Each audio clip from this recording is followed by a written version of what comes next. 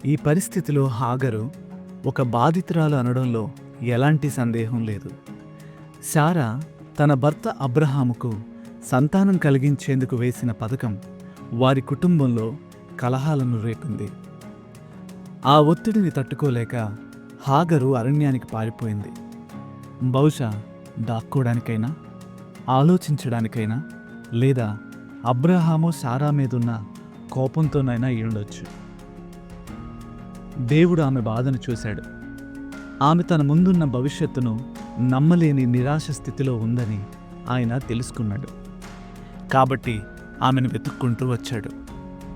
హాగరును దేవుడు అడిగిన ప్రశ్న, నీవు ఎక్కడి నుండి వచ్చావు, ఎక్కడికి వెళ్తున్నావు?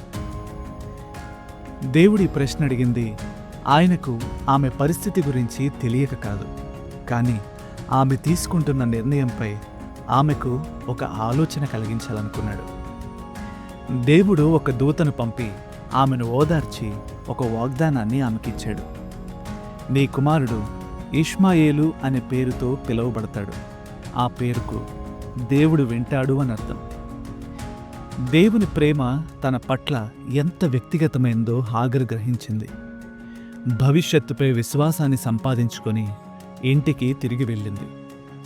తన కుమారుణ్ణి ఇష్మాయేలు అని పిలిచిన ప్రతిసారి దేవుడు వింటాడు అనే వాగ్దానాన్ని ఆమె గుర్తు చేసుకుంటూ ఉండేది. 14 సంవత్సరాల తర్వాత కూడా శారాకు హాగరుపై ఉన్న ద్వేషం మరింత పెరిగింది. చివరికి అబ్రహాము కేవలం ఒక నీళ్ల తిత్తినిచ్చి హాగరును, ఇష్మాయేలును అక్కడి నుండి అరణ్యానికి పంపించేశాడు. ఆ గాఢమైన క్షణంలో దాదాపు వారు మరణించే స్థితికి చేరుకున్నప్పుడు దేవుడు ఇష్మాయేలు మొర విన్నాడు అని దేవుని వాక్యం చెబుతుంది. దేవుడు హాగరుతో చేసిన వాగ్దానం కూడా అదే, దేవుడు వింటాడు. తన యజమాని ఆమెకు కేవలం ఒక తిత్తిని మాత్రమే ఇవ్వగలిగాడు. కానీ దేవుడు ఆ రోజు హాగరుకు నీటి ఊటనే చూపించాడు.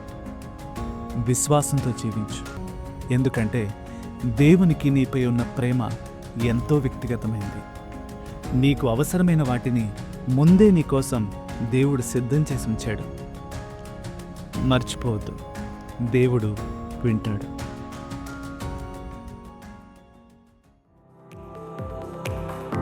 బైబిల్ ఇన్ఫ్లుయెన్సర్స్ అనే సిరీస్ మీకు ఆశీర్వాదకరంగా ఉంటే మా ఈ ప్రయత్నానికి లైక్, షేర్ అండ్ సబ్స్క్రైబ్ చేసి మమ్మల్ని ప్రోత్సహించండి. మరొక కొత్త బైబిల్ ఇన్ఫ్లుయెన్సర్తో మీ ముందుకు వస్తాం. Until then, God bless you.